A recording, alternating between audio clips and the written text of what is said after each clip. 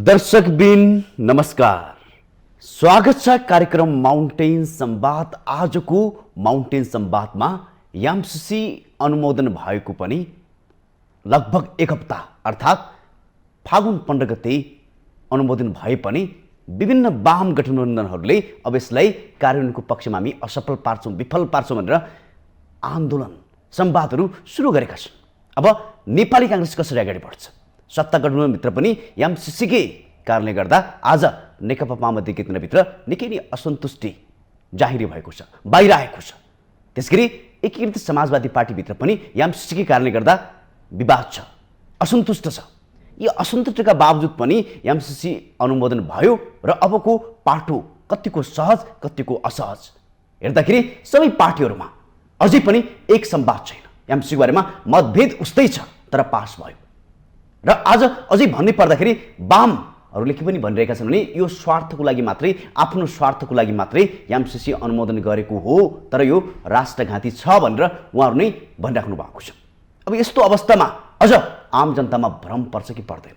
कार्यान्वयन कतिको सजिलो छ अब नेपाली कांग्रेस हिजोदेखि प्रष्ट थियो, आज पनि प्रष्ट छ।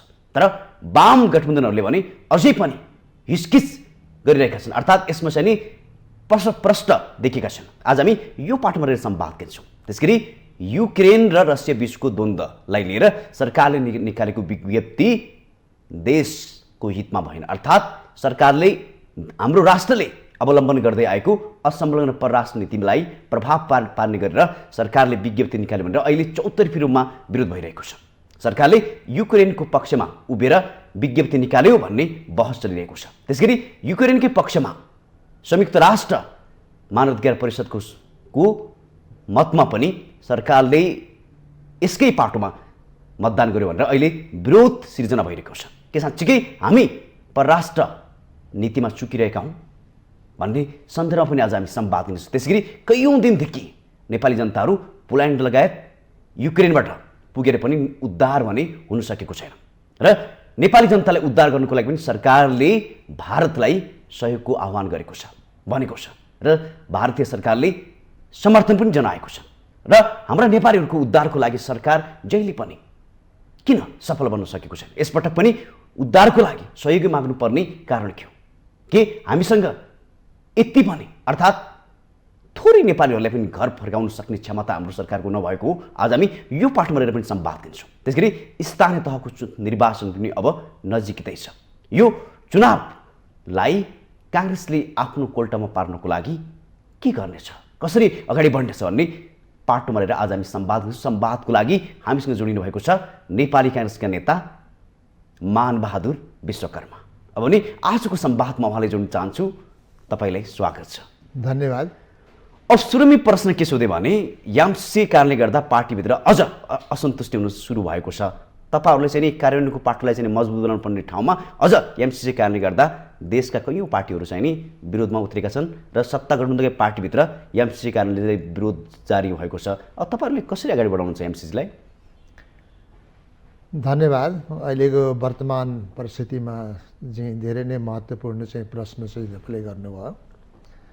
अब यो एमसीसी वास्तवमा भन्ने हो भने जुन तरिकाबाट यसको विरोध आयो वामपन्थीहरूबाट, त्यो वास्तवमा चाहिँ के हो त भन्दामा त्यो एकपक्षीय विचारबाट अथवा कसैसँग लागेर ती विचारहरू आएका हुन्। वास्तवमा चाहिँ एमसीसी अध्ययन गर्ने हो भने एमसीसी त हामीले चाहिँ के छ भने म सांसद पनि भएका हैसियतले चाहिँ धेरै चाहिँ पटक अध्ययन गरेको छु। त्यसका चाहिँ है त्यो गर्ने हो भने के त भन्दामा एमसीसीमा यिनीहरूले जुन हौवा फैलाएका छन्, जुन चाहिँ भनेकी आवाज निकालिराखेका छन्, त्यो एमसीसी होइन जुन यिनले फैलाइराखेका छन्। जस्तै उदाहरणको लागि भन्नुहोस्, एउटा उदाहरण चाहिँ म तपाईँलाई के भन्न चाहन्छु त भन्दामा एमसीसी पारित गर्ने हो भने अमेरिकन सेना नेपालमा आउँछन् भनेर हल्ला फैलाएका छन्। त म तपाईँलाई प्रश्न के गर्न चाहन्छु त भन्दामा हाम्रो चाहिँ देश ल्यान्डलक कन्ट्री हो। अब के हो त भन्दामा हाम्रो चाहिँ अमेरिकन सेना आउँदा बित्तिकै सेनामा तीनवटा चाहिँ निकाय हुन्छन्। एउटा जल सेना, अर्को थल सेना, अर्को वायुसेना। जल सेना भन्दा बित्तिकै हाम्रो ल्यान्डलक कन्ट्रीमा चाहिँ अमेरिकन सेना आउन सक्छन् जहाँ जलको बाटै छैन, त्यो सम्भावना छैन। अर्को चाहिँ थल सेनाको चाहिँ तपाईँले कुरा गर्नुभयो भने हाम्रो देशमा आउने बाटो दुईटा मात्रै छन्, एउटा इन्डिया भएर एउटा चाइना भएर। अमेरिकन सेनालाई चाहिँ इन्डियाले चाहिँ बाटो देलाएर नेपालमा आउनलाई अथवा चाइनाले बाटो देलाएर कुनै पनि चाहिँ सबरेन कन्ट्रीले चाहिँ विदेशी सेनाको खुट्टो टेक्न दिन्न, त्यो पनि सम्भव छैन। तेस्रो कुरा के हो त भन्दाहरूमा चाहिँ वायुसेनाको कुरा, कमर्सियल फ्लाइटमा समेत चाहिँ के छ त भन्दाहरूमा चाहिँ वर्षौँ अध्ययन गरेर चाहिँ कमर्सियल फ्लाइटमा पनि यो ठाउँबाट यो ठाउँमा जाँदाहरूमा यति डिग्रीमा चाहिँ तपाईँ जानुपर्छ भनेर चाहिँ त्यो कम्प्रोमाइज भएको हुन्छ। वायुसेना आउनका लागि कि त पाकिस्तानबाट भएर आउन र पाकिस्तानले चाहिँ माथिबाट आउन देला अथवा इन्डियाले देला चाइनाले देला। त्यसो भएकोले के हो त भन्दाहरूमा जुन अमेरिकन सेना चाहिँ आएर चाहिँ नेपालमा आउँछ भनेर चाहिँ वामपन्थीहरूले जुन हौवा फैलाए त्यो के हो त भन्दाहरूमा हामीहरूका चाहिँ जुन गरिब जनता छन्, अशिक्षित जनता छन्, उनीहरूलाई भरम पार्ने काम यिनले गरेका छन्। त्यसो भएकोले के हो त भन्दाहरूमा यो एमसिसीका विरोधमा भरमको खेती यिनले गरेका छन्। भरमकै आधारमा चाहिँ के छ त भन्दाहरूमा आफ्नो राजनीति गरेका छन्। वास्तविकमा भन्ने हो भने एमसिसी चाहिँ त्यो होइन। अर्को एउटा म उदाहरण दिन चाहन्छु। त्यो चाहिँ कुरा के हो त भन्दाहरूमा त्यसको महालेखा परीक्षण चाहिँ नेपालले चाहिँ आफ्नो चाहिँ भनेको महालेखा परीक्षकबाट चाहिँ गराउने छ, अडिट भन्न भनेको छ। तर के छ त भन्दाहरूमा त्यो अडिट चाहिँ महालेखा परीक्षकले गर्छ भन्न चाहिँ प्रष्ट रूपबाट चाहिँ त्यसमा भनिसकेको छ भने त्यसका विषयमा चाहिँ गएर हामीले महालेखा परीक्षा गराउन पाउँदैनौँ भनेर चाहिँ जुन हल्ला फैलाएका छन् त्यस पनि चाहिँ के छ गलत हो। त्यो भएर चाहिँ के हो त भन्दाहरूमा यो एमसिसीको विरोध गरेको होइन, यो के हो त भन्दामा कुनै कम्युनिस्ट कन्ट्रीका पक्षमा लाएर उसको पक्षको भोइस यिनले बोलेका हुन्। त्यो वास्तवमा एमसिसी त्यति चाहिँ भनेको जुन हुनुपर्ने हो त्यो होइन। त्यो हो भने अहिले चाहिँ अल्टिमेटली सबै पार्टी त लगभग आए नि। ठुलो पार्टी चाहिँ नेपाली काङ्ग्रेस आफ्नो एमसिसीका पक्षमा छ। एमाले पनि चाहिँ के छ त भन्दाहरूमा अब चाहिँ के छ भने देशको हितका लागि कार्यान्वयन जानुपर्छ भन्न त उसले त बोल्यो नि कम्तीमा। त्यसपछि गएर माओवादी पनि चाहिँ अब त्यहाँ बिचमा चाहिँ मतभिन्नता चाहिँ व्यक्तिका बिचमा होला। त्यस्तै गरेर चाहिँ एमाले के अरे माधव कुमार नेपालका पक्षमा अरू पार्टीले पनि गरेका छन्। एउटा जनमोर्चाले एकजना चाहिँ थिए, उनले चाहिँ गएर हामी निक्ल्यौँ भनेर चाहिँ सत्ता बाहिर निस्किनु भएको छ। अझ के पनि जोड्यो भने हिजो वाम भेलामा राष्ट्रिय जनमोर्चा पार्टीका अध्यक्ष चित्रबहादुर केसीले के पनि भन्यो भने सिरियालाई हेर्नुहोस्, युक्रेन हेर्नुहोस्, सबै एमसिसी कारणले तहस नहस भइरहेका छन्। त्यसकारण मैले सत्ता गठबन्धन छोडेको हामी कार्यान्वयनको पक्षलाई सफल पार्न दिँदैन भनेर उहाँले प्रष्टि भन्नुभएको छ। एउटा चाहिँ सन्दर्भमा उहाँ कसैको नाम लिन अलिकति मलाई मन परेको थिएन, तर तपाईँले चित्रबहादुर केसीको नाम लिनुभयो। हिजो संवाद सुन्नुभयो होला नि तपाईँले, त्यही भएर प्रश्न मलाई चाहिँ के छ त भन्दाहरूमा एमसिसी पारित गर्ने बेलामा चित्रबहादुर केसीको भोइस के थियो त भन्दाहरूमा यो एमसिसी चाइनाका विरोधमा लिएर आइएको भनेर चित्रबहादुर केसीको भोइस छ। मैले चाहिँ एउटा प्रश्न गर्छु के हो त भन्दामा चित्रबहादुर केसी नेपाली नागरिक भएकाले, यहाँको नेता भएकाले, यहाँको सांसद भएका कारणले उनले चाहिँ नेपालका पक्षमा वकालत गर्ने हो कि चाइनाको पक्षमा वकालत गर्ने मेरो प्रश्न छ चित्रबहादुर केसीसँग। त्यो भएर चाहिँ त्यो मानसिकताबाट वास्तवमा चाहिँ के छ त भन्दारमा एमसिसीलाई बदनाम गर्ने कोसिस गरिरहेको अथवा चाहिँ गएर एमसिसीका पक्षमा आउने मान्छेको पार्टीलाई पनि बदनाम गर्न कोसिस गरिरहेको हो। चित्रबहादुर केसीले चाहिँ गएर चाहिँ चाइनाको वकालत गरेका छन्। नेपालको नेता बन्ने, नेपालमा चाहिँ नेतागिरी गर्ने, यहाँ चाहिँ लिडरसिप गर्ने, पार्टी यहाँ खोल्ने, अनि चाइनाको पक्षमा वकालत गर्ने, नेपालका पक्षमा वकालत नगर्ने, त्यही हो उनको चाहिँ राष्ट्रियताको चाहिँ जुन खोल ओढेका छन्, त्यही हो उनको राष्ट्रियताको प्रश्न। म यति नै प्रश्न गर्न चाहन्छु। अब यो त चित्रबहादुरजीको पाटो होला। अब सत्ता गठबन्धन भित्रिरहेका नेकपा माओवादी केन्द्रका अध्यक्ष प्रचण्डले पनि के भन्यो भने हामी ठुलो दुर्घटनाबाट जोगियौँ एमसिसी पास गरेर, हामी नै कार्यान्वयन पर्थ्यौँ होला भनेर चाहिँ भन्नुभएको छ। त्यसो भए यसलाई कसरी लिनु भएको छ? उहाँहरूले पनि त आफ्नो स्वार्थको लागि मात्रै अघि बढेका हुँ, यो देशको हितमा छैन भन्ने कुरा सङ्केत गर्नुभएको छ नि। त्यसो भए त मैले अघि नै तपाईँलाई के भनिसकेँ भन्दाहरूमा एमसिसी भित्रको चाहिँ ड्राफ्टमा जुन जुन बुँदा उहाँहरूले निकाल्नु भएको छ त्यो बुँदा वास्तविक त त्यो होइन। जस्तै चाहिँ तपाईँको व्याख्यात्मकमा चाहिँ मैले हेरेको छु, तपाईँ बुँदा नम्बर 2.7 के भनेको छ त भन्दाहरूमा अमेरिकाले चाहिँ त्यो एमसिसीमा के भनेको छ त भन्दाहरूमा यो बजेट कुनै पनि तरिकाबाट चाहिँ सैनिकका लागि अथवा सुरक्षाको निकायमा अथवा मिलिसियामा अथवा कुनै पनि तरिकाबाट चाहिँ सुरक्षाको निकायमा खर्च गर्न पाइने छैन भनेर भनेको छ। त्यो त ठिक हो नि, खर्च गर्न पाएन किन उसले चाहिँ गरेर यहाँ चाहिँ के छ त भन्दामा एउटा सैनिक शासनभित्र अथवा चाहिँ भने सुरक्षाको निकायभित्र खर्च गर्न पाइने छैन। शुद्ध रूपबाट देश विकासका लागि, गरिबी न्यूनीकरणका लागि, व्यापार प्रवर्धनका लागि चाहिँ, विद्युत प्रवर्धनका लागि काम गर्नुपर्छ भनेर चाहिँ उसले कन्डिसन राखेको चाहिँ त्यो गलत हो। तपाईँको व्याख्यात्मक टिप्पणीमा तोलेर राखिएको छ। भन्दा बित्तिकै के हो त भन्दाहरूमा खालि चाहिँ गरिब जनतालाई यता र उता, अशिक्षित जनतालाई यता र उता गएर भरम फैलाउने काम मात्रै गरिएको, त्योभन्दा अरू केही पनि होइन। प्रचण्ड के अरे चाहिँ माओवादीभित्र पनि त्यही हो। एउटाको चाहिँ के छ, प्रचण्डजीले चाहिँ आफ्नो के हो त भन्दाहरूमा पहिले चाहिँ गएर संशोधन गर्नुपर्छ भन्नुभएको थियो। त्यही भोलि वामपन्थीको जहाँ कुनै ठाउँमा उनले फ्रिज वामपन्थीहरूले कुनै ठाउँमा फ्रिजमा चाहिँ आफ्नो दिमाग राखेका छन्, त्यो कारणले चाहिँ त्यसरी भन्नुभएको हो। त्यसपछि उहाँले चाहिँ एउटा सेफ ल्यान्डिङ कहाँ गर्नु हो त भन्दाहरूमा व्याख्यात्मक टिप्पणी गरिसकेपछि हामीले संशोधन गरे सरह भयो भनेर चाहिँ सेफ ल्यान्डिङ गर्नुभयो। अब चाहिँ त्यहाँ चाहिँ अर्को ग्रुप चाहिँ, अर्को चाहिँ नारायण काजीजी अझै पनि चाहिँ त्यसबाट वास आउट हुनुभएको छैन। यो के हो त भन्नुहुन्छ भन्दाहरूमा मैले पटक पटक केही भन्नुपर्छ, गरिब नेपाली अशिक्षित जनतालाई, नेपालीलाई भरम पार्ने खेती गरेका हुन् र त्यो भरमको खेतीबाट उहाँहरूलाई केही फाइदा पनि छैन। फेरि किन भन्दाहरूमा मान्छेले बुझिसकेका छन् के हो त भन्दाहरूमा अमेरिकन सेना यहाँ आउन सक्दैन कुनै पनि तरिकाबाट। यो चाहिँ के छ त देशको विकासका लागि हो, यो देशको चाहिँ भनेको गरिबी निवारणका लागि, अन्त गर्नका लागि हो, व्यापार परिवर्तनका लागि हो। अब कस्तो त भन्नुहुन्छ भने, साँच्चै चाहिँ भन्नुहुन्छ भने अरब कन्ट्रीहरूले पेट्रोलको चाहिँ व्यापार गरेर कति माथि पुगेका छन्, विश्वमा एक ठाउँमा पुगेका छन्। हाम्रो देश चाहिँ जलस्रोतको धनी हो। त्यो जलस्रोतको धनी देशलाई चाहिँ अब हाम्रो बर्खायाममा भन्नुहुन्छ भने 500 मेगावाट विद्युत खेर गएको छ। अब हामीले चाहिँ जुन प्रयोग गर्न सकेका छैनौँ त्यसलाई त कुनै ठाउँमा त युज त गर्न पर्यो, कहीँ त प्रयोग गर्न पर्यो, निकासी गर्न पर्यो। अनि त्यो के हो त भन्दा हाम्रो इन्कमको स्रोत चाहिँ हो त्यो। अब के हो त भन्दाहरूमा त्यसका लागि चाहिँ अब तिमीहरूले चाहिँ गएर transmission, high voltage transmission line बनाएर यहाँबाट इन्डियासम्म ट्रान्समिसन लाइन बनाऊ, यहाँबाट बङ्गलादेशसम्म बनाऊ। अब इन्डियाले पनि शर्त राखेको छ के हो त भन्दाहरूमा हामी चाहिँ यो देशले बनाएको जलस्रोत लिँदैनौँ अथवा विद्युत लिँदैनौँ भनेर शर्त राखेको छ। अथवा डाइरेक्ट भन्ने हो भने चाइनाले बनाएको हाइड्रो पावरबाट हामी लिँदैनौँ भनेर छ। त्यो कहाँ लिएर जाने त भन्दा बित्तिकै हामी त अब बङ्गलादेश खोज्न पर्यो, अर्को पनि देश खोज्न पर्यो। त्यो अवस्थामा चाहिँ यहाँको विद्युत चाहिँ के छ त भन्दामा अरू देशमा चाहिँ बेचेर र त्यसबाट चाहिँ देश विकास गर्ने क्रम चाहिँ जुन चाहिँ बजेट आएको छ, त्यो बजेट के गलत हो? त्यो बजेट के चाहिँ देशको शोषणका लागि हो? त्यो बजेट चाहिँ जनताको चाहिँ जीवन स्तर माथि उठाउनका लागि होइन? त्यो बजेट के चाहिँ गरिबी निवारणका लागि होइन? त्यो बजेट भनेको चाहिँ देशको आय स्रोत बढाउनका लागि होइन? त्यसो भएकोले के हो त भन्दाहरूमा यिनीहरूले चाहिँ के छ त भन्दाहरूमा चाइनाका फ्रिजमा आफ्नो दिमाग राखेका छन्, त्यही फ्रिजमा दिमाग राखेर बोलेका छन्। सत्यता त्यो होइन। प्रचण्डले के पनि भन्यो भने एमसिसी अनुमोदन भएपछि यदि एमसिसी अनुमोदन नभएको भए देश र देशको संविधान धरापमा पर्थ्यो भनेर पनि भने। यो भन्नु खोजेको के हो खास ट्याक्कै भन्दाखेरि?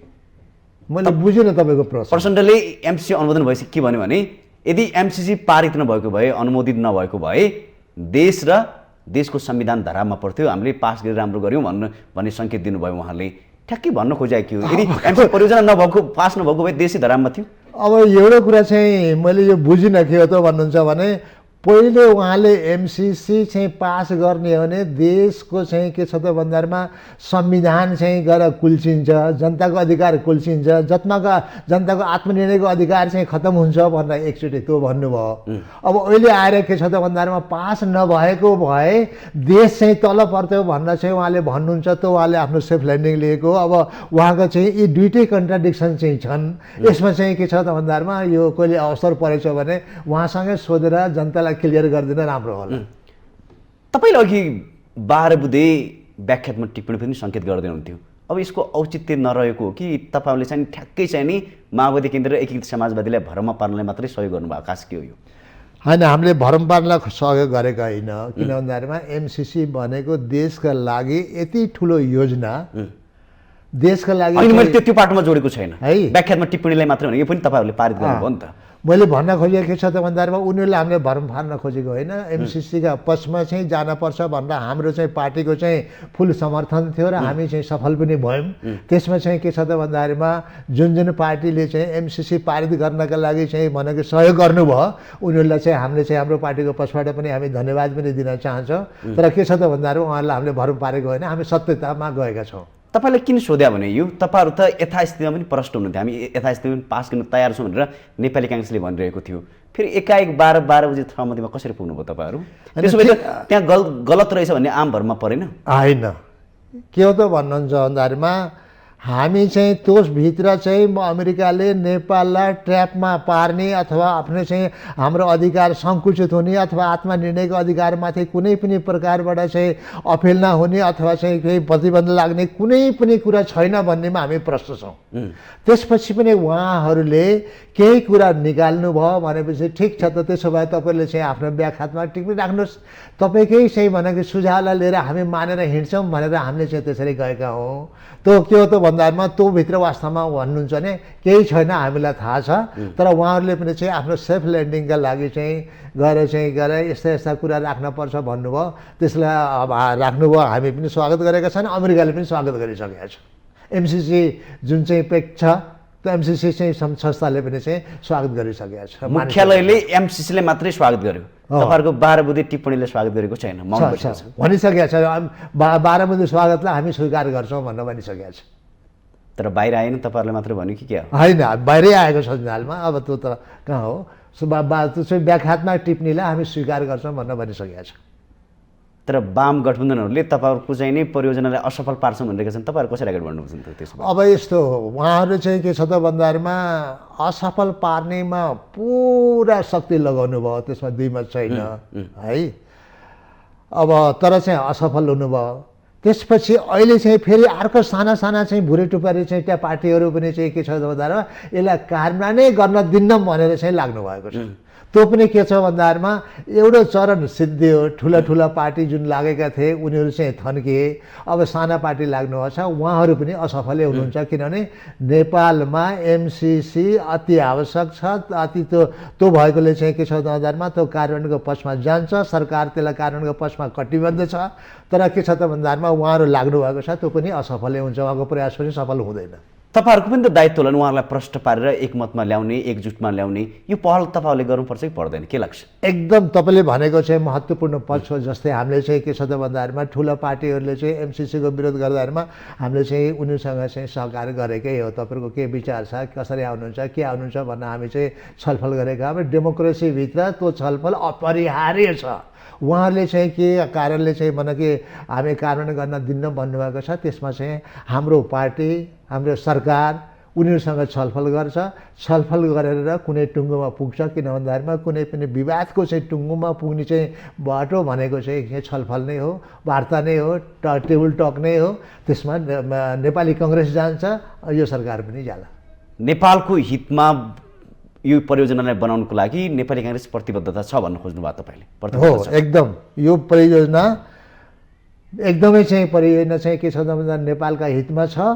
नेपालका लागि यो अत्यधिक के छ त भन्दाखेरिमा गरिबी निवृत्तिकरणका लागि, विद्युत व्यापारका लागि एकदम कोसे ढुङ्गाको रूपमा चाहिँ यो छ। त्यति मात्रै होइन, अब तपाईँलाई म सन्दर्भको कुरा एउटा चाहिँ मलाई भन्न चाहन्छु। के हो त भन्नुहुन्छ भने यो पोखरा चाहिँ एयरपोर्ट बन्यो, बन्दैछ, अनि चाहिँ भैरवा एयरपोर्ट बन्दैछ। भैरवा एयरपोर्टमा चाहिँ कति खर्च भएको छ त भन्दाखेरिमा त्यो अहिले परीक्षणका पानमा गएको छ। अब जेठ 2 गतिबाट चाहिँ त्यो फ्लाइट पनि सुरु हुन्छ। त्यसमा लगभग 11 अरब खर्च भएको छ है। पोखरामा चाहिँ चाइनाले बनायो, बन्दैछ, त्यसमा कति खर्च भएको छ त भन्दाखेरिमा 31 अरब खर्च भएको छ। भन्दाखेरिमा पोखरामा 31 अरब खर्च हुने त्यही एयरपोर्ट बनाउनका लागि त्यसमा 2-4 अरब तलमाथि हुनु स्वाभाविकै हो। त्यसमा हामीले चाहिँ स्ट्रिक्टली भन्दैनौँ। तर के छ त भन्दाखेरिमा चाहिँ गौतम बुद्ध एयरपोर्ट बन्दाखेरिमा चाहिँ 11 अरब खर्च हुने, पोखरामा चाहिँ 31 अरब खर्च हुने, त्यो चाहिँ देशलाई खाल्टोमा जाग्ने योजना हो। देशलाई घाटामा पुर्याउने योजना हो। यो घटना कहाँ भएको छ त भन्दाखेरिमा श्रीलङ्काको म तपाईँलाई उदाहरण दिन चाहन्छु। चाइनाले श्रीलङ्कामा एउटा चाहिँ पोर्ट बनायो। पोर्ट बनाइसकेपछि यति खर्च गरिदियो कि पछि गरेर चाहिँ श्रीलङ्काले त्यसलाई सञ्चालन गर्न सकेन। सञ्चालन गर्न नसकेपछि के भयो त भन्नुहुन्छ भन्दाखेरिमा चाइनाले 99 इयर्सका लागि 99 वर्षका लागि चाहिँ त्यो उसले चाहिँ लिगेज उसमा लिएछ होइन। अब त्यो भएपछि के त भन्दाखेरिमा अब उसको चाहिँ के हो भन्नुहुन्छ भन्दाखेरिमा त्यहाँ प्रोग्राम भइसकेपछि त अब उसको सुरक्षाका लागि आफ्ना चाहिँ सेनाहरू त्यहाँ लिएर जान्छ। हो हाम्रा नेताहरूलाई त्यही कन्फ्युज भएको हो। चाइनाले चाहिँ गएर श्रीलङ्कामा चाहिँ आफ्ना फोर्स पनि लिएर गयो। अब पोखरामा चाहिँ हाम्रो चाहिँ भन कि जुन श्रीलङ्कामा घटना भयो त्यही घटना पोखरामा भएको छ। अब 31 अरब खर्च गरेर चाहिँ त्यसमा त 2टा 2.5वटा चाहिँ एयरपोर्ट बन्न सक्थे। त्यो खर्च भएको छ। त्यति महँगो चाहिँ लिँदामा यिनीहरूले केही नबोल्ने।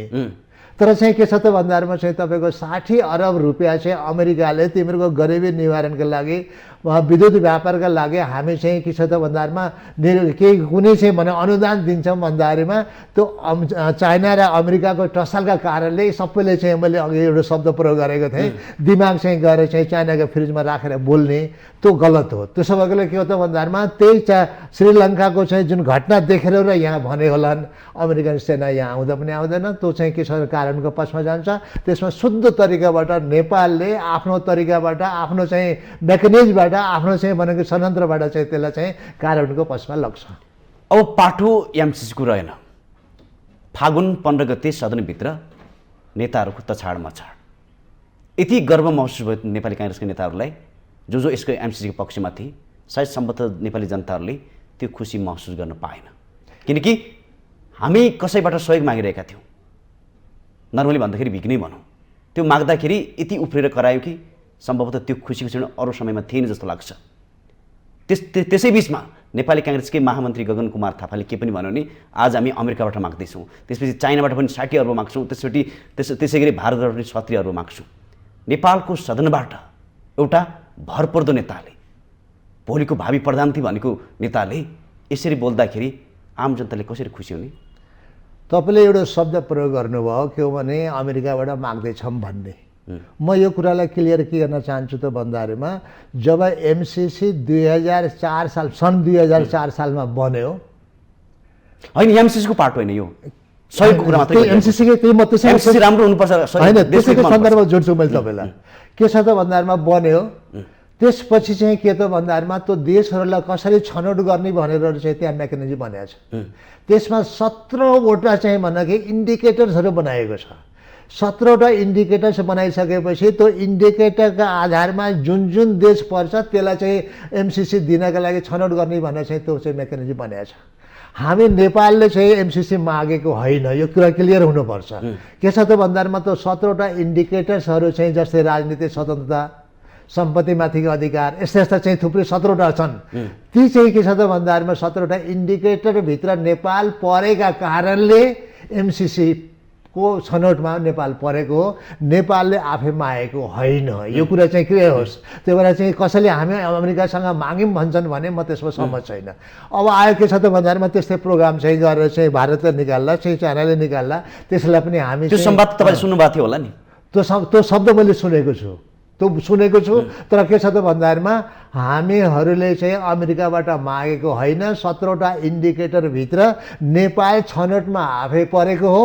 छनौटमा परिसकेपछि के छ त भन्दाखेरि ल नेपाललाई हामी दिन्छौँ भनेर उसले चाहिँ विभिन्न कन्ट्रीलाई विभिन्न एमाउन्ट रकम चाहिँ विभिन्न पनि दिएका छन्। हाम्रो देशलाई चाहिँ 55 चाहिँ मिलियन चाहिँ भने 500 मिलियन चाहिँ डलर छुट्याएका थिए, जुन लगभग अहिलेको चाहिँ एक्सचेन्जको रेटमा चाहिँ 60 अरब हुन्छ। त्यसो भएकोले हामीले अमेरिकासँग मागेको होइन, यो कुरा प्रष्ट हुनुपर्छ जनतालाई। अमेरिकाले चाहिँ के छ त भन्दाखेरिमा देशलाई बाँड्ने क्रममा चाहिँ 17वटा कन्डिसन राखेको थियो।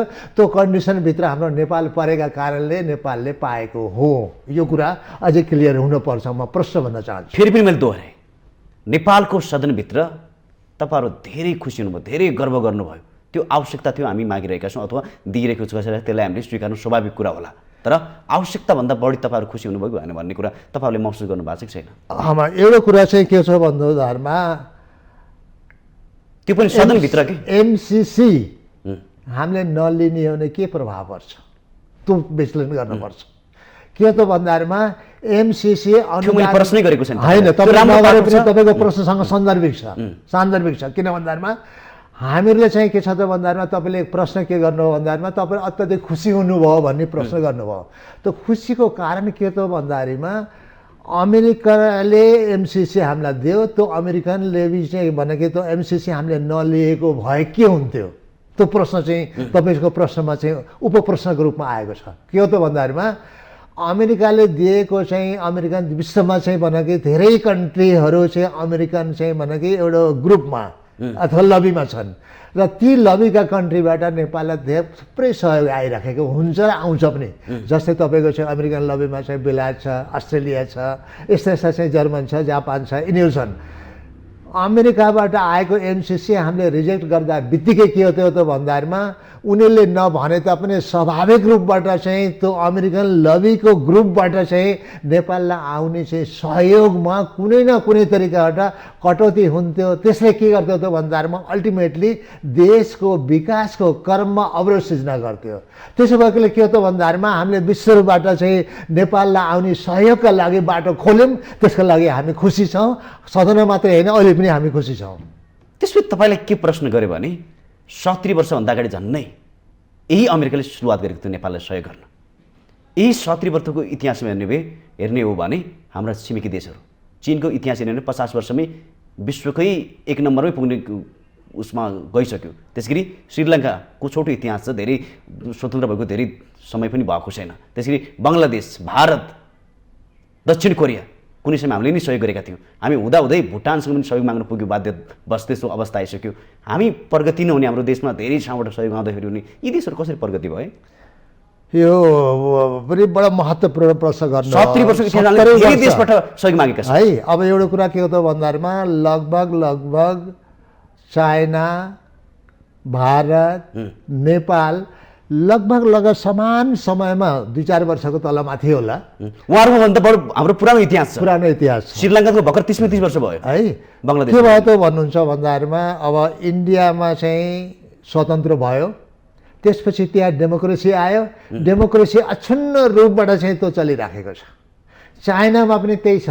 तर हामी के हो त भन्नुहुन्छ भने 7 सालमा चाहिँ जब डेमोक्रेसी आयो त्यसपछि चाहिँ 70 वर्षसम्म लगभग 62-63सम्म त हामी के हो त भन्नुहुन्छ भन्दाखेरिमा राजनीतिक स्थायित्वका लागि मात्रै चाहिँ नेपाली जनताले चाहिँ सङ्घर्ष गर्न पर्यो। हामी के हो त भन्नुहुन्छ भन्दाखेरिमा देश विकासतिर लाग्न सकेनौँ। जनताको अधिकार स्थापित गर्नेतिर चाहिँ हामी चाहिँ 70 वर्ष 60, 70, 65 वर्षसम्म हामीले चाहिँ स्थायित्व चाहिँ भनेको जनताको अधिकार स्थापित गर्नेतिर लाग्न पर्ने बाध्यता नेपालले भोगेको छ। त्यो भोगाइका कारणले यिनी देशभन्दा चाहिँ हामी चाहिँ आर्थिक पक्षबाट अथवा विकासको क्रममा अथवा जीवनको जनताको जीवन स्तर माथि उठाउने पक्ष हामी निश्चित रूपबाट पछि परेका छौँ। त्यो के हो त भन्दाखेरिमा राजनीतिक चाहिँले स्थायित्व पाएन। अहिले पनि त के त भन्दाखेरिमा चुनाव 75 सालमा भयो। चुनाव 75 सालमा आइसकेपछि लगभग 2/3 बहुमत लिएर आएको केपी ओलीको सरकारले जनतालाई माथि उठाउँछु भनेर चाहिँ त्यो 2/3लाई सम्हालेर हिँड्न सकेको भए राजनीतिले केही स्थायित्व पायो कि भन्न हामी एकदम चाहिँ भनौँ कि अलिकति खुसी हुन्थ्यो होला। तर के छ त भन्दाखेरिमा उनी चाहिँ गरेर चाहिँ फेरि चाहिँ एकदलीय तानाशाह लाद्नेतिर गए, जनता संविधान खत्तम पार्नेतिर गए, संसद खत्तम पार्नेतिर गए, 2-2 संसद विघटन गरे। नतिजा के भयो त भन्दाखेरिमा अहिले पनि हामी चाहिँ नेपालमा राजनीति स्थायित्व छैन कि भन्ने प्रश्न चाहिँ हामीसँग छ। त्यही भएर तपाईँले गरेको प्रश्न के हो त भन्दाखेरिमा चाइनाको आफ्नै तरिका थियो। ऊ चाहिँ एक तरिकाबाट चाहिँ विकासमा लागेर विश्वको चाहिँ धेरै माथि पुगिसकेको छ। मेरो प्रश्न यो मात्रै हो कि यी देशहरू पनि सहयोग मागेरै सम्पन्न भएका हुन् कि जसरी अमेरिकाकै कुरा गरौँ, सहयोग मागेरै सम्पन्न भएका हुन् कि आफ्नै मिहिनेतबाट यिनीहरू सफल भएका हुन्? सहयोग त अहिलेको अन्तर्राष्ट्रिय चाहिँ जुन चाहिँ परिपाटी छ, विश्व भनेको एउटा सानो चाहिँ घेरामा छ। बिना सहयोग कुनै पनि देश बच्न सक्दैन। तर के छ त भन्दाखेरिमा त्यो सहयोगभन्दा ठुलो कुरा के हो त भन्दाखेरिमा आफ्नो लगानी, आफ्नो मेहनत, आफ्नो प्रयास सबैभन्दा ठुलो हुन्छ। किन भन्दाखेरिमा जस्तै उदाहरणको लागि कुनै देशले हामीहरूलाई कुनै चाहिँ डोनेसन दियो अथवा कुनै चाहिँ सहयोग गर्यो भनेपछि त्यसलाई हामीले कतिको तरिकाबाट कुन तरिकाबाट कति इमान्दारीपूर्वक लागू गरेका छौँ भनेर चाहिँ त्यो वाच गरिन्छ र त्यसपछि फेरि दिइन्छ। त्यो भन्दाखेरिमा के हो त भन्दाखेरिमा सबैभन्दा पहिले आफ्नो देशको मेहनत, आफ्नो देशको इमान्दारिता, आफ्नो देशको लगनशीलता त्यो सबैभन्दा ठुलो सम्पत्ति हो। त्यसैलाई नै पताएर अरू देशले सहयोग गर्छन् र देश त्यसरी बगाएर। अब हाम्रो देशमा हेर्नु त कुन ठाउँमा चाहिँ नि विदेश सहयोग छैन। सरकारका हरेक निकाय, हरेक ठाउँमा, हरेक गाउँमा चाहिँ नि विदेशी चाहिँ अनुदानहरू छन्, तर देशको विकासै हुँदैन। तपाईँले भनेको कुरा चाहिँ के छ त भन्दाखेरिमा मैले अघि नै भनिसकेँ, गाउँको जमिन जति बाँझो, युवा जति सबै विदेशमा, देश सहयोगबाट चल्छ। राजनीतिक स्थायित्व चाहिँ हाम्रो देशमा नभएका कारणले मुख्य जड देश विकासका लागि त्यही अवरोध भएको हो। त्यसमा दुई मत छैन। तर के छ त भन्नुहुन्छ भन्दाखेरिमा अब 47 सालमा डेमोक्रेसी आयो, त्यसपछिको चाहिँ पाटलाई हेर्नुभयो भने पनि तपाईँले मैले प्रश्न यो मात्रै गरेको उहाँहरूको चाहिँ अनुदानको सदुपयोग कहाँनिर भएको छ भन्नु मात्रै खोजे हो। होइन, अनुदानको चाहिँ सदुपयोग चाहिँ भएको छ, तर जति हुनुपर्ने त्यति भएको छैन। त्यो मैले स्वीकार गर्नुपर्छ, किनभने ट्रान्सपेरेन्सी इन्टरनेसनलले पनि नेपालमा चाहिँ के छ त भन्दाखेरिमा 117 नम्बरमा चाहिँ भ्रष्टाचारको चाहिँ देशमा परेको छ भनेको छ। त्यसलाई त स्वीकार गर्नुपर्छ नि त। इन्टरनेसनल चाहिँ भनेको संस्थाले भनेको त्यो भएर के त भन्दाखेरिमा सदुपयोग भएको छैन होइन, जति हुनुपर्ने त्यति भएको छैन। तपाईँसँग म सहमत छु। अघि तपाईँले एउटा कुरा जोड्नुभयो कि यदि अमेरिकासँग चाहिँ नि हामीले चाहिँ नि एमसी परियोजनामा सहमति नगरेको भए धेरै सहयोग गरेर कटौती हुन्छ तपाईँले सङ्केत गर्नुभयो। आज युक्रेन पनि एक्लो परेको छ, उसले स्वीकार आज विश्वले मलाई सहयोग गरेन, नेटोले पनि सहयोग गरेन, हिजो विश्वास दिएको थियो। त्यही अमेरिका हो क्युबालाई चाहिँ नि वर्षौँसम्म नाकाबन्दी गर्ने। त्योभन्दा अगाडि चाहिँ नि क्युबाको हालत के थियो, त्यसपछि नाकाबन्दी भएपछि क्युबाको अवस्था के छ तपाईँले प्रष्ट रूपमा देख्नुभयो होला।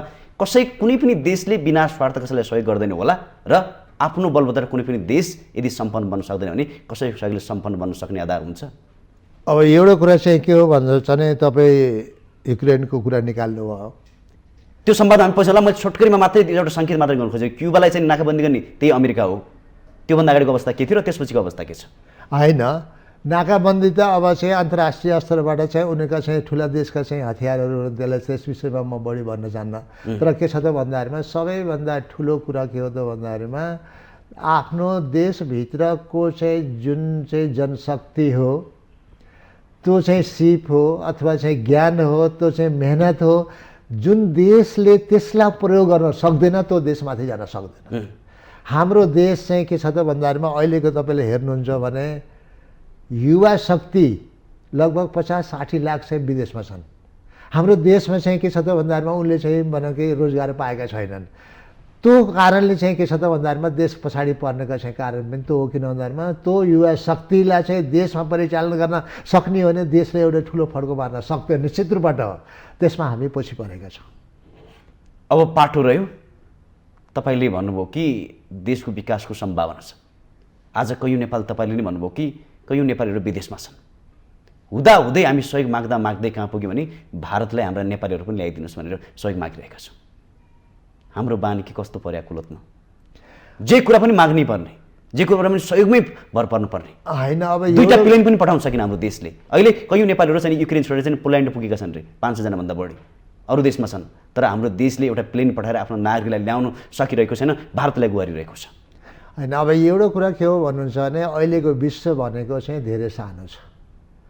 तपाईँ चाहिँ कुनै पनि देश एकजुटबाट कसैको सहयोग नलिकन बाँच्छु भन्छ भने त्यो सरासर झुट हो, उसको सोचाइ नै गलत हो। त्यस्तो अवस्थामा कुन क्षेत्रमा कहाँबाट कोबाट सहयोग जुटाउने सरकारको काम त्यो पनि हो। त्यो सरकारले जुटाउनु पर्छ। किन भन्दाखेरिमा देश टोटल्ली आफै माथि डिपेन्ड हुन सक्दैन। चाइना पनि डिपेन्ड छैन, अमेरिका पनि डिपेन्ड छैन, रुस पनि छैन, अस्ट्रेलिया पनि छैन। सबै चाहिँ एक अर्कामाथि डिपेन्ड भएर र एक अर्कासँग सहयोग लिएर गइरहेका हुन्छन्। त्यस्तो अवस्थामा चाहिँ नेपाल सरकारले चाहिँ त्यहाँबाट लिएर आउनका लागि चाहिँ कसैसँग सहयोग माग्यो भने चाहिँ के गल्ती भयो त? सहयोग मागेर र जसरी भए पनि नेपालीको उद्धार गर्न पर्यो, तिनीहरूलाई चाहिँ बचाउन पर्यो। त्यो पार्ट हो। अब सरकारको चाहिँ आफ्नो दायित्व पुरा गरेको छ, सहयोग मागेको छ, त्यसलाई चाहिँ मैले अन्यथा लिँदिनँ। होइन, यो आजको कुरा मात्रै होइन। अफगानिस्तान हुँदाखेरि पनि दिनै पछि अर्थात् 2-3 हप्तापछि मात्रै तपाईँले उद्धार गर्नुहोस्, त्यो पनि नेपालले भन्दा पनि अरूलाई सहयोग मागेरै गर्यो। अहिले पनि 10 दिन भइसकेको छ। के छ कस्तो छ अवस्था यो बारेमा चाहिँ नि सरकारलाई महत्त्वपूर्ण केही सम्वाद गर्न सकेको छैन हेर्दाखेरि। तर हतारमा चाहिँ एकाएक चाहिँ नि युक्रेनको पक्ष लिएर भनेर चाहिँ विज्ञप्ति निकाल्न अहिले चौथो रूपमा विरोध भइरहेको छ। नेपाल सरकारले आफ्नो जनताको हितमा चाहिँ काम गर्नुपर्ने पक्षमा भन्दा पनि अरूको शक्ति राष्ट्रको भरमा परेर चाहिँ नि विज्ञप्ति निकाल्यो भने त चौधरीमा विरोध भएको जस्तो लाग्दैन तपाईँहरूले?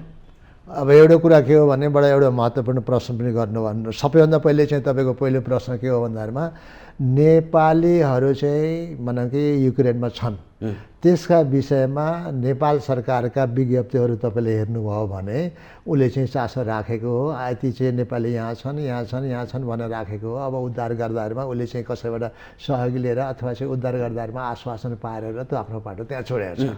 तर अर्को चाहिँ पार्ट तपाईँले जुन प्रश्न गर्नुभयो युक्रेनका विषयमा, युक्रेन चाहिँ के हो त भन्दाहरूमा एउटा चाहिँ सभरेन कन्ट्री हो, सार्वभौम चाहिँ भनौँ कि देश हो। नेपाल पनि चाहिँ के छ त भन्दाहरूमा सभरेन कन्ट्री हो। नेपाल पनि चाहिँ के छ त भन्दाहरूमा एउटा सार्वभौम देश हो।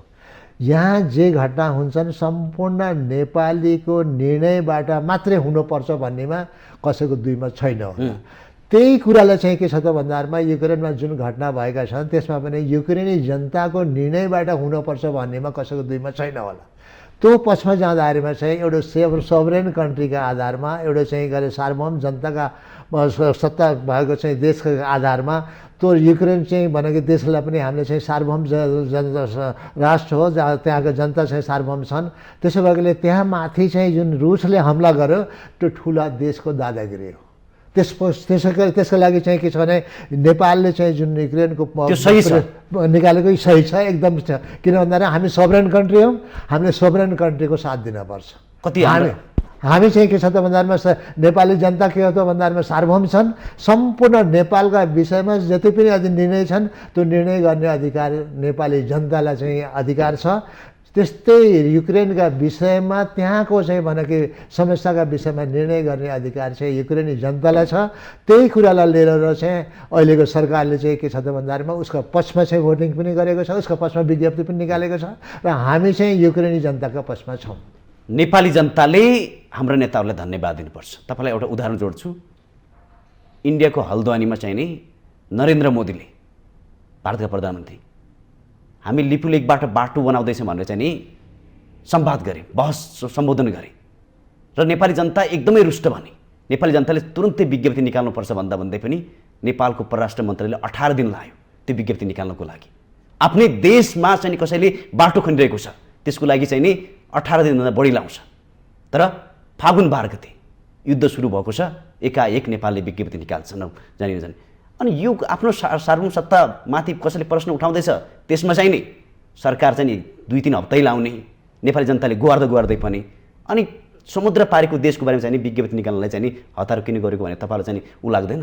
अब एउटा कुरा चाहिँ के हो भन्नुहुन्छ भन्दामा यो परराष्ट्र मामिलामा नेपाली जनताले चाहिँ आफ्नो कुरा राख्ने स्वाभाविकै हो।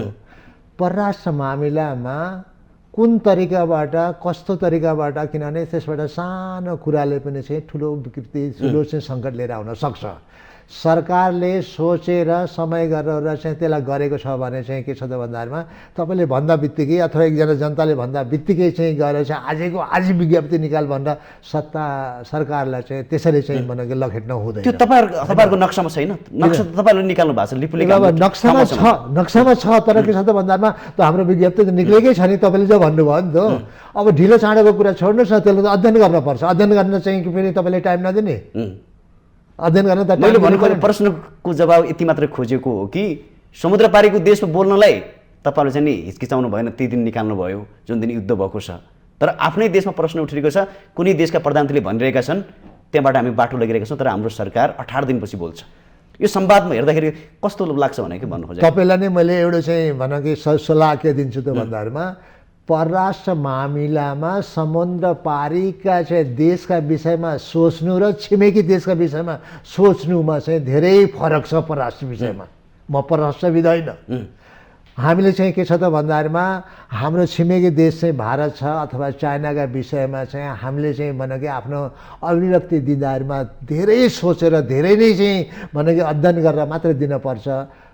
परराष्ट्र मामिलामा चाहिँ छिमेकी देश र समुद्र पारीको चाहिँ तपाईँले प्रयोग गरेको शब्दलाई चाहिँ पैँचो लिएर मैले भन्दाहरूमा समुद्र पारीको देशका विषयमा धेरै आकाश जमिनको फरक छ। त्यही भएर त्यो पनि तपाईँले चाहिँ ख्याल राख्नुपर्छ। अब यहीँको पाटो कुरा गर्ने हो भने युक्रेनको विपक्षमा चिन देखिएको छ। तर भारत तटस्थ देखियो, एउटा शक्तिशाली राष्ट्र चुप भएर बस्यो। अनि हामीलाई किन हतारो? किन अब तपाईँहरूको त कस्तो छ त भन्दामा चीन चाहिँ आफ्नो चाहिँ तरिकाबाट गयो, भारत पाकिस्तान पनि बोलेन। बोलेन। तर नेपालले चाहिँ के छ त भन्दामा त मैले अघि नै व्याख्या गरिसकेको छु, त्यसलाई चाहिँ म दोहोऱ्याउन चाहन्न। सभरेन कन्ट्रीका पक्षमा नेपाल जाने हो, गएको छ, त्यही गएको, त्यति छोटकरी मैले जवाब दिएँ तपाईँलाई। त्यसो भए रुसले हामीलाई हेर्ने तरिका के होला? भोलिको नजिर के पर्ला? होइन, एउटा कुरा के हो त भन्दामा रुसको युक्रेनमाथिको कदम गलत हो भन्न त नेपालले भन्यो नि, होइन। रुससँगको चाहिँ के छ त भन्दाखेरिमा हाम्रो सम्बन्ध चाहिँ द्वैत सम्बन्धमा कुनै असर पर्दैन। तर के छ त भन्दाखेरिमा अरू सबै कुरामा चाहिँ हाम्रो सम्बन्ध यथावत छ। तर के छ त भन्दामा युक्रेनका विषयमा रुसको कदम चाहिँ गलत हो भनेर त हामीले भनिहाल्यौँ नि, हाम्रो आफ्नो स्ट्यान्ड हामीले लिइसक्यौँ नि। अब वार हुनु आफैमा नराम्रो कुरा, राम्रो कुरा होइन। तर यदि रसियाको पक्षबाट हेर्ने हो भने युक्रेनलाई उसले भनेअनुसार नेटोमा समावेश नहो। त्यो नेटो खडा भएकै चाहिँ नि पश्चिमा राष्ट्रको शक्ति र अमेरिकाको चाहिँ नि संयोजनमा बनेको नेटो सेना हो। त्यसको विस्तार भनेको रसियालाई चाहिँ नि प्रभाव पार्नको लागि मात्रै हो। उसको छिमेकी देशले पनि त उसको कुरा पनि मान्नु पर्थ्यो होला नि त। त्यहाँ हेर्दाखेरि त त्यो प्रभावकै कारणले यो युद्ध भएको होइन। अब एउटा कुरा के हो भन्दाखेरिमा युक्रेनी जनता राति सुत्ने बेलामा एउटा देशमा थिए, आर्कन दिन चाहिँ उठ्ने बेलामा 3वटा देश बने, हो कि न? तपाईँले चाहिँ 2टा चाहिँ के छ त्यहाँका चाहिँ भनेको अब आतङ्ककारी गतिविधिमा चाहिँ लागेका चाहिँ भनेको कब्जा गरेका 2टा क्षेत्रलाई त देशका रूपमा मान्यता दियो कि दिएन? त्यो चाहिँ के युक्रेनी जनतामाथि गरेको त न्याय हो? त्यसको त रसाले गरेको। सुत्ने बेलामा चाहिँ देश एउटा छ, उठ्ने बेलामा देश 3 टुक्रा बनेको छ। त्यो चाहिँ रसाका कारणले हो। रसाका कारणले हो भने चाहिँ त्यो रसाले गरेको सही हो, तपाईँले चाहिँ मान्नुहुन्छ? जहाँसम्म चाहिँ नेटोको प्रश्न छ त्यो उसले चाहिँ रुसले आफै सुल्झाउने कुरा हो। एउटा कुरा के हो त भन्दाखेरिमा मैले अघि नै भनिसकेको छु, नेपाली जनता अथवा चाहिँ जुन पनि देशका जनता चाहिँ के छ त भन्दाखेरिमा युक्रेनी जनता पनि सभरेन छन्। ऊ नेटोतिर लाग्ने कि वार्सातिर लाग्ने त्यो निर्णय उनीहरूको हो। अब प्रश्न कहाँ पनि रह्यो भने अहिले त्यहाँबाट समाचार के पनि आएको छ, जो रसियाली भाषी छन् त्यहाँ तिनीहरूलाई पनि दमन भएको छ। दमन त त्यहाँ चाहिँ अब 10 लाख जनता चाहिँ त्यहाँ चाहिँ बिजुलीको चाहिँ भने खत्तम भएको छ, पानी खत्तम भएको छ, जनता भागेका छन्। 10 लाखभन्दा माथि मान्छे चाहिँ भने कि अब शरणार्थी भएर गइसकेका छन्। त्यहाँ चाहिँ तहस नहस भएको छ। अनि त्यस्तामा पनि चाहिँ नेपालले बोल्यो भन्दाखेरिमा चाहिँ तपाईँले चाहिँ नेपालले विज्ञहरूले भनिरहेको छ, मैले त तपाईँले सोधेँ मात्र, यसको स्पष्ट गरेर तपाईँले दिनु पर्यो। हामी त प्रश्न भनिसक्यौँ के हो भन्दाखेरिमा नेपालको स्ट्यान्ड के हो भन्दाखेरिमा युक्रेनी जनताका पक्षमा हामी छौँ, सभरेन कन्ट्रीका पक्षमा हामी छौँ, हाम्रो चाहिँ त्यति नै हो। तर तपाईँहरूलाई चाहिँ के आरोप लागेका छन् भने शक्ति राष्ट्रले तपाईँहरूलाई प्रभाव पार्यो? कुनै पनि शक्ति राष्ट्रले प्रभाव पारेको छैन। त्यो एउटा चाहिँ तपाईँले भन्न खोजेको, तपाईँले भन्न नसकेको भन्न खोजेको कुरा म भन्छु। अमेरिकाले चाहिँ युक्रेनलाई चाहिँ सहयोग गर्यो, अनि चाहिँ नेपालले पनि त्यसलाई सहयोग गर्यो भन्न चाहिँ अमेरिकाका चाहिँ सँग तपाईँले हाँस्न खोजेको होला, मैले बुझेको। सबैको आशंका मैले त्यो तपाईँलाई प्रश्न गरेँ। तर के छ त भन्दाखेरिमा चाहिँ त्यो अमेरिकनको चाहिँ त्यो कागताली मात्रै भएको हो। हामी चाहिँ के छ त भन्दाखेरिमा नन एलाइन्ड कन्ट्री हो। हाम्रो चाहिँ राष्ट्र भनेको चाहिँ असंलग्न चाहिँ राष्ट्र हो। हामी कुनै पनि चाहिँ भनेको अब रसाका पक्षमा पनि छैनौँ, यो सिक्युरिटीका पक्षमा लिएर आउँदामा अमेरिकाको पक्षमा पनि छैन। तर सभरेन कन्ट्रीका पक्षमा चाहिँ हामी छौँ। तर हामी चाहिँ असंलग्न राष्ट्र हो। असंलग्न राष्ट्रका नीति चाहिँ हाम्रो नीतिका आधारमा हामी अगाडि बढेका छौँ। हामी अमेरिकनको चाहिँ कारणले चाहिँ त्यहाँ चाहिँ आफ्नो भनेको पोजिसन बनाएको होइन। त्यसो भए अब 10 दिनभन्दा बढी भइसक्यो युद्ध भएको। नेपालीहरू सेफ ल्यान्डिङका साथ घर कहिले पुग्छन्? कहिले नेपालीले आफ्नै बलबुताबाट जाने घर पुगेका छन्। त्यसका लागि चाहिँ के छ त भन्दाखेरिमा चाहिँ सेफ ल्यान्डिङ कहिले पुग्छन् न। म देशमा सरकारमा बसेको मान्छे म होइन, तपाईँले आशा गर्ने हो। तपाईँ सरकार हो। म सरकारमा छैन नि त। सरकारमा बस्ने मान्छे म होइन, सरकारमा छैन, हाम्रो पार्टी हो। पार्टीले चाहिँ आफ्नो चाहिँ गर्ने काम गरिराखेको छ। त्यसो भएकोले चाहिँ अब आफ्नो पहल पनि गर्नु भएको छैन? के भन्नु? पहल पनि गर्नु भएको? पहल गर्नुभएको छैन भन्न चाहिँ मैले तपाईँलाई भनेर तपाईँले चाहिँ त्यसरी महसुस गर्नुहुन्छ? तपाईँले सोधेको मैले अब किनकि अब यो अहिले नेपालीहरू चाहिँ आपतकालीनमा परेका छन्, पार्टीभित्र तपाईँहरूको बहस संवाद भएको होइन भन्नु खोजेको होइन। हाम्रो पार्टीले चाहिँ त्यो पहल गरेको छ, हाम्रो सरकारले पनि गरेको छ। त्यति नै हो। यस विषयमा अब म चाहिँ प्रवेश गर्न चाहन्न। ल तपाईँलाई अब प्रश्न म भने अब त्यसो भए स्थानीय चुनाव पनि आउँदैछ अब अर्को फाटमा थोरै जोडेँ, त्यसपछि हामीसँग धेरै टाइम छैन। स्थानीय तहमा चाहिँ जुन किसिमको एमसिसीको चाहिँ नि प्रभाव परिरहेको छ, तपाईँलाई चिर्न निकै नै गाह्रो छ। कसरी नेपाली जनतालाई विश्वास दिनुहुन्छ? के विषयमा? स्थानीय चुनावको विषयमा? स्थानीय चुनाव चाहिँ हुन्छ, निर्वाचन आयोग लागेको छ, सरकार लागेको छ, सम्पूर्ण तयारी भइराखेको छ। वैशाख 30 गते चाहिँ स्थानीय चुनाव हुन्छ। त्यसमा कुनै पनि तरिकाबाट चाहिँ दुविधामा पर्न आवश्यक छैन। तपाईँहरूलाई गाह्रो छ कि छैन भन्न खोजे मात्रै हो। हामीलाई केही गाह्रो छैन। एमसिसी कारणले गर्दा आम जनतामा भरम पैदा भएको छ, तपाईँहरूलाई चिर्न गाह्रो छ कि छैन भनेर सोधेको। होइन, एमसिसीका कारणले अलिकति चाहिँ भन कि अब फर्म सिर्जना भएको छ। किन भन्दा मैले अघि नै भनिसकेको छु। त्यसो भएकोले के हो त भन्दामा हामीहरू चाहिँ चुनावमा जान्छौँ, डेमोक्रेटिक पार्टी हो, हामी आफ्नो तरिकाले चुनावमा जान्छौँ, त्यही हो, चुनाव हुन्छ। त्यसो भए अन्तिममा अब हामीले 3टा पाटोमा रहेर संवाद गऱ्यौँ। एउटा एमसिसीको कार्यान्वयन पक्ष कसरी अगाडि बढाउनुहुन्छ, त्यसै गरी युक्रेन, रसिया र नेपालको सम्बन्ध। यो 3वटै पाटोमा विशेष गरी चाहिँ एमसिसीको पाटोलाई कार्यान्वयनको पक्षलाई अझ मजबुत बनाउनु र आम जनतामा विश्वासको वातावरण सिर्जना गर्नुको लागि नेपाली काङ्ग्रेस र यो सरकार कसरी अगाडि बढ्छ? अब एउटा कुरा के हो त भन्दामा हडल्सहरू चाहिँ आएकै छन्। एमसिसी पास गर्ने बेलामा पनि आएकै थिए, अब कार्यान्वयनको पक्षमा पनि आएका छन्।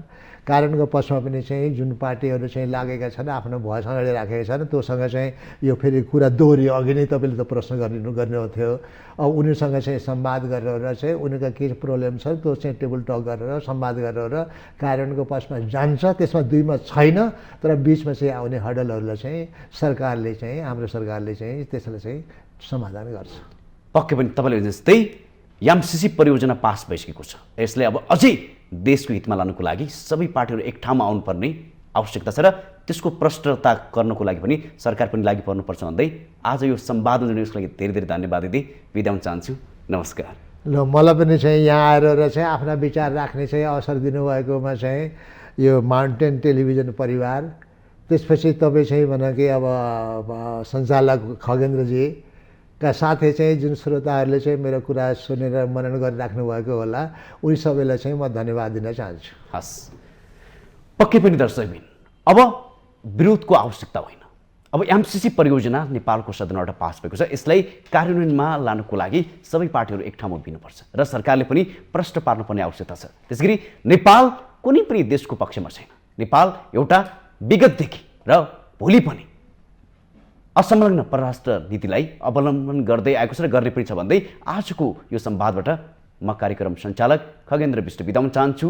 नमस्कार।